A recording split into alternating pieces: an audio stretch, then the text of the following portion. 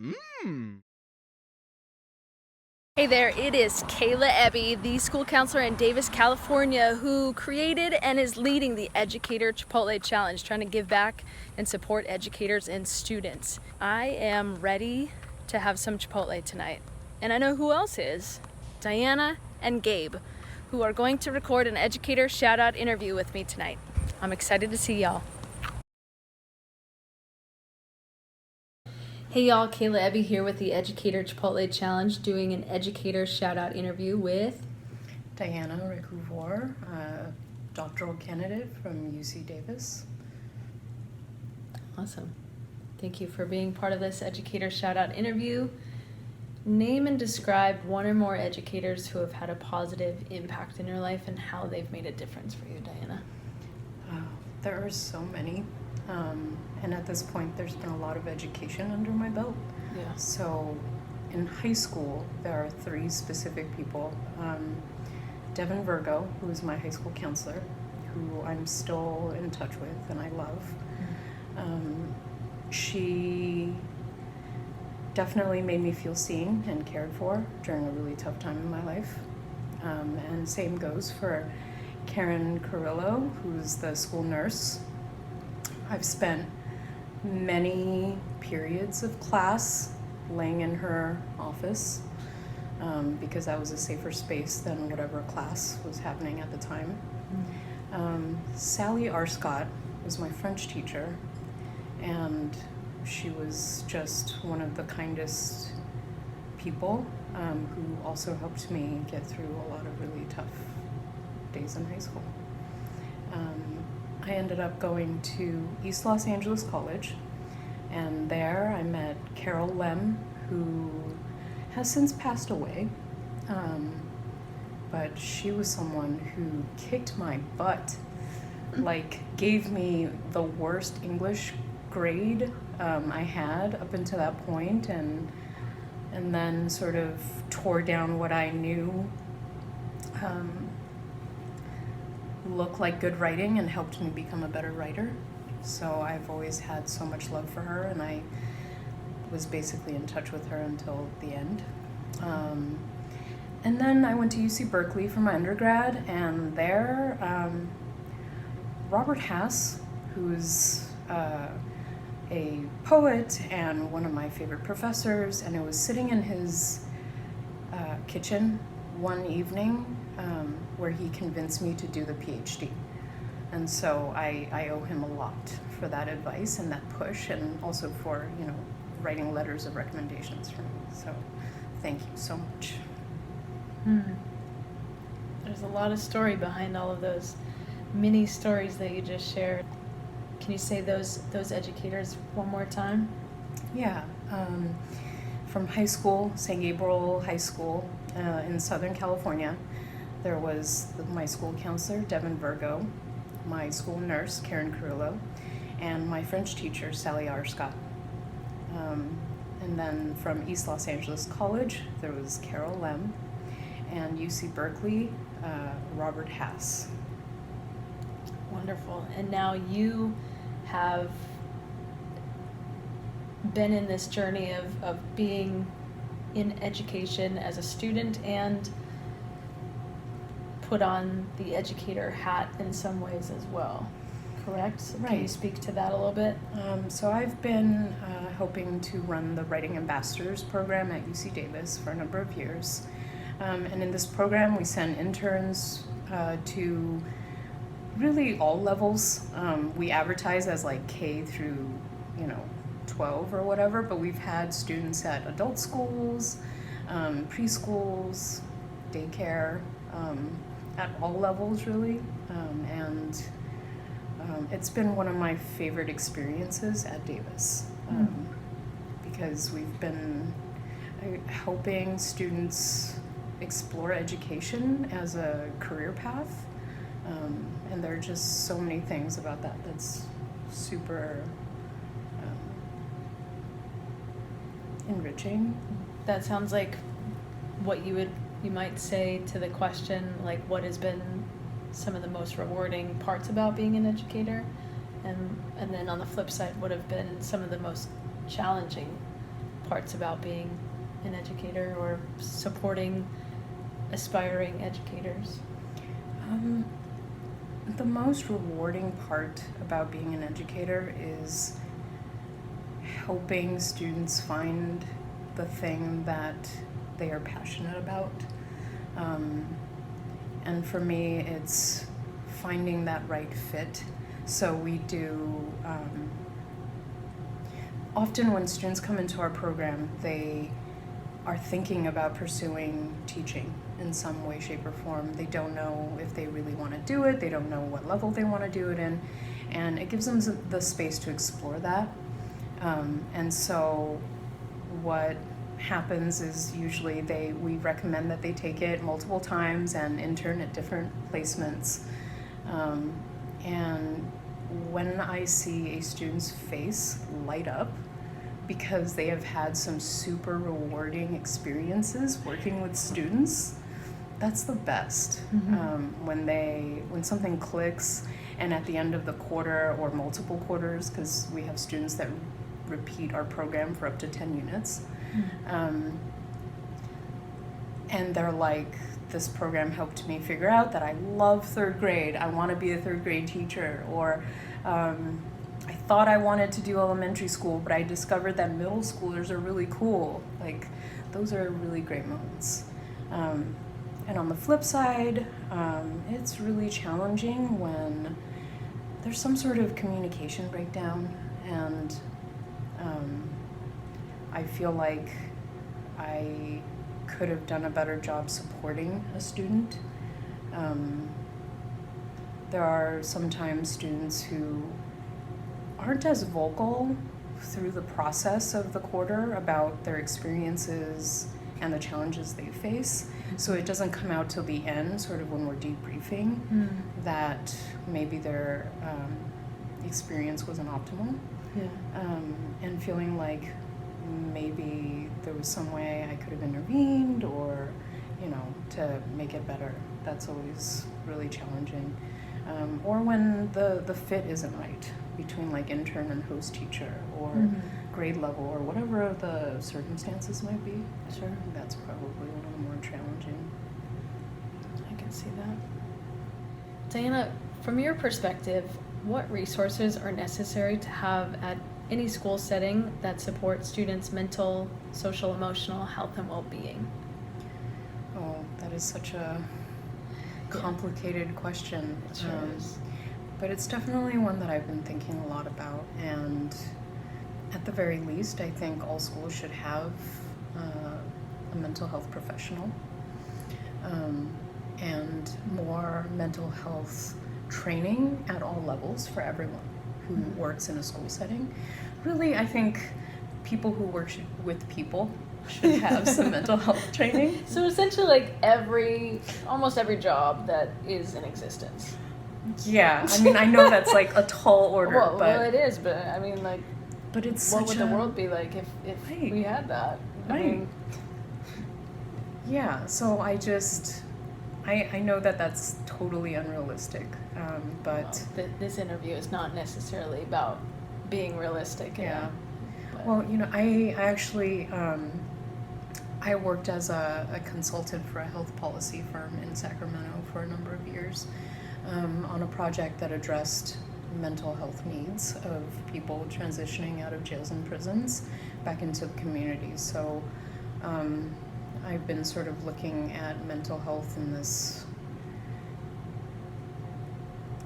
a lot, for very tough populations, and a lot of it sort of comes down to if there were more opportunities to sort of catch problems, or more people to understand what folks were going through.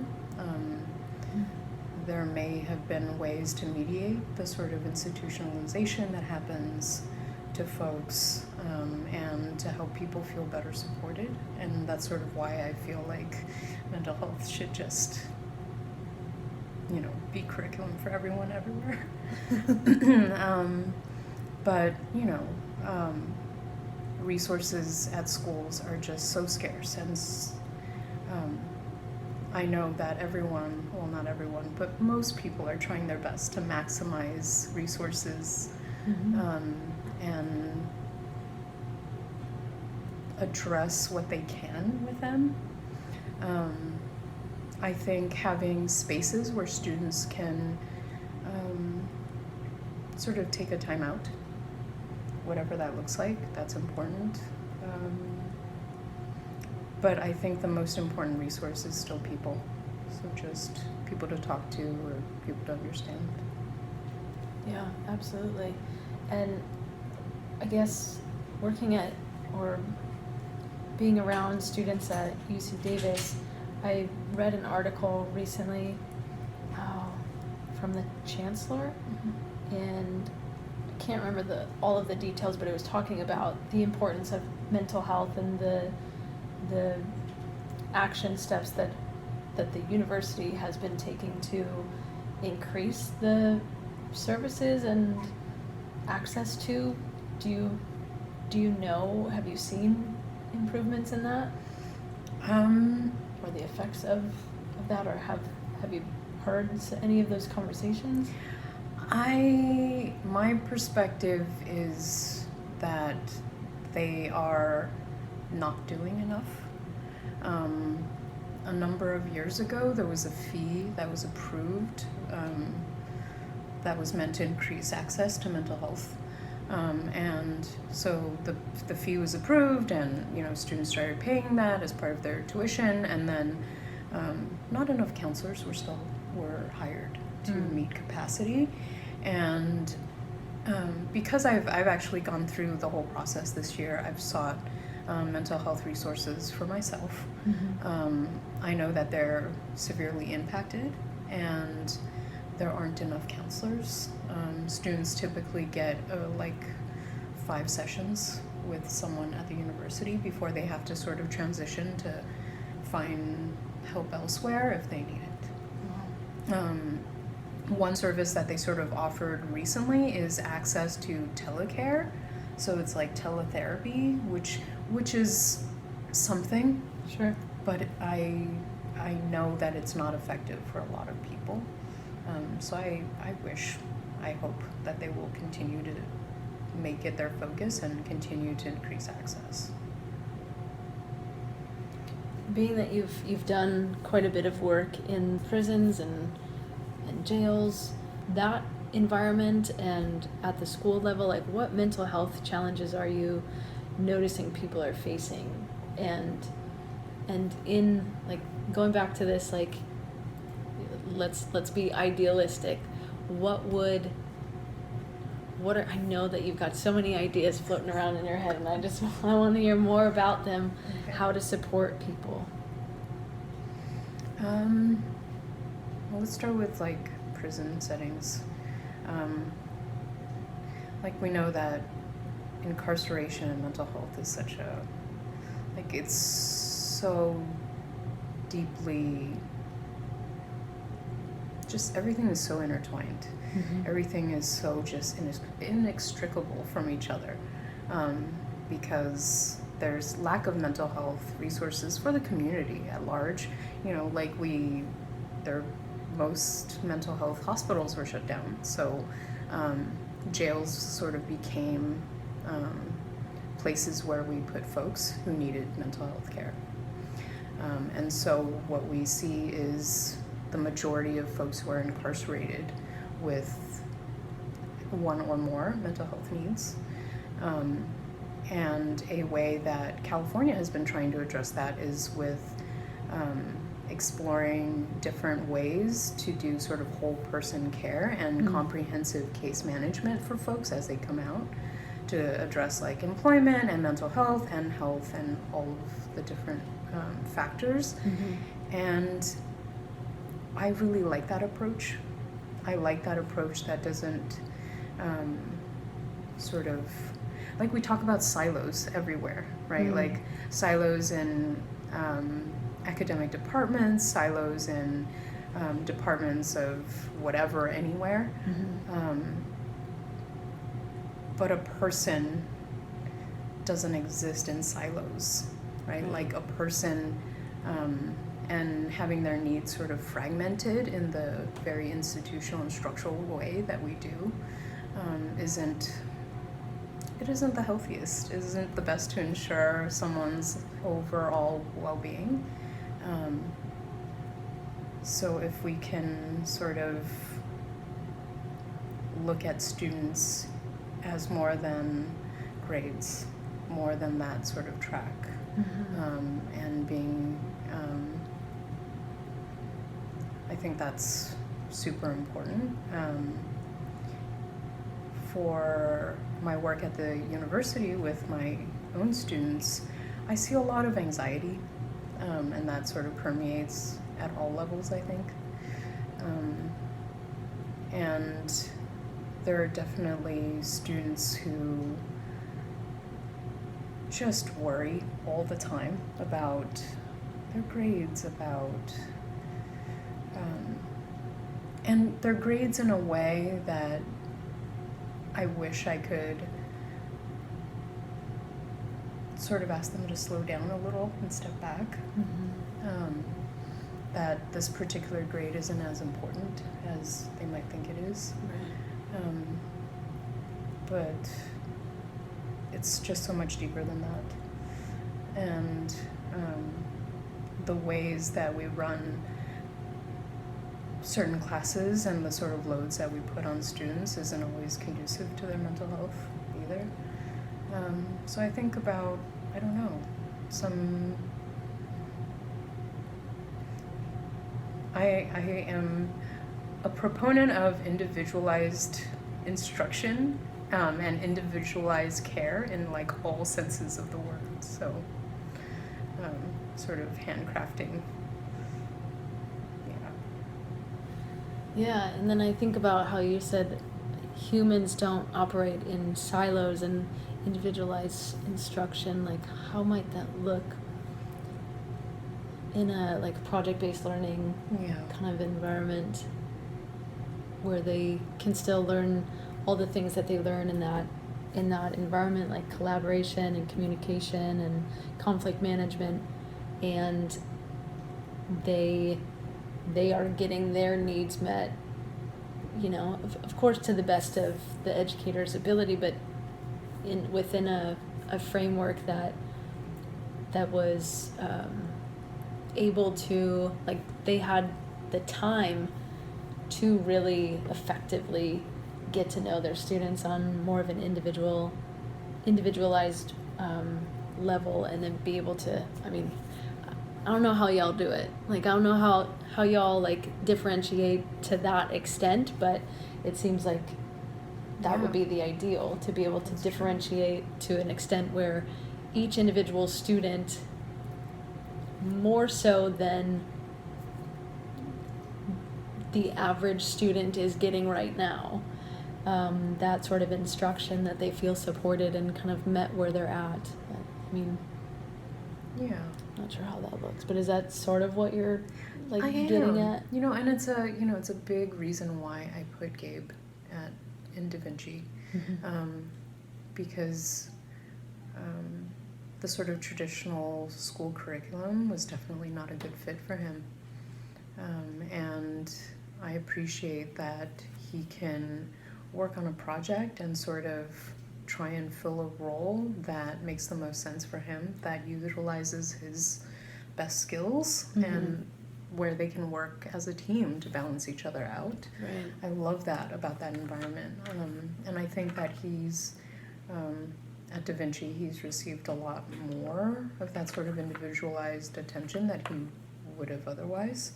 Sure. And the smaller community definitely helped him feel more seen, which, I mean, all of our youth need to feel seen. Yeah. Diana, what advice would you share with your teenage self?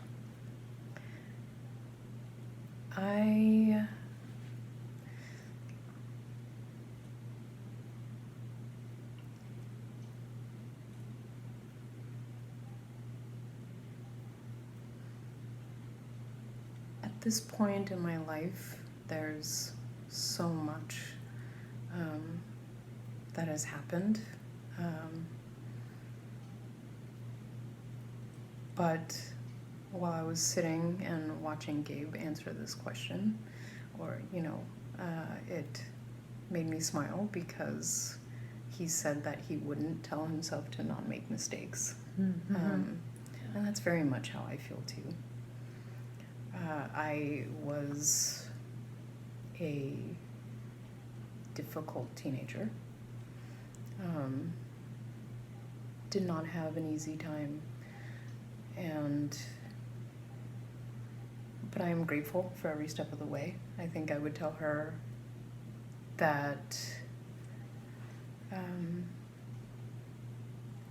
there will be a lot of really hard things, but that it will be okay, and that she will come out on the other side. I think a little bit of that would help, a little bit more resolve. I think that's it. Okay. Is there anything else that you would like to share with educators or students or anybody else watching in general? It is easy to debate about education and mental health and all sorts of things from various perspectives, but ultimately one of the most important things is remembering what the purpose of education is. We are trying to help our young people be functioning adults and happy and thriving. And sometimes that requires overlooking content to focus on the person and making sure that they're okay and able to tackle the other challenges that are ahead of them. So I think that, and as educators, it's easy to get bogged down by the day-to-day, by all of the requirements and pressures of everything, from like pacing to the school day and things that you need to just cover for whatever unit you're on. But it's okay to take a pause. And even if you can't get through that lesson, if you can focus on that student and make them feel cared for, I think that's already a tremendous job. And for students,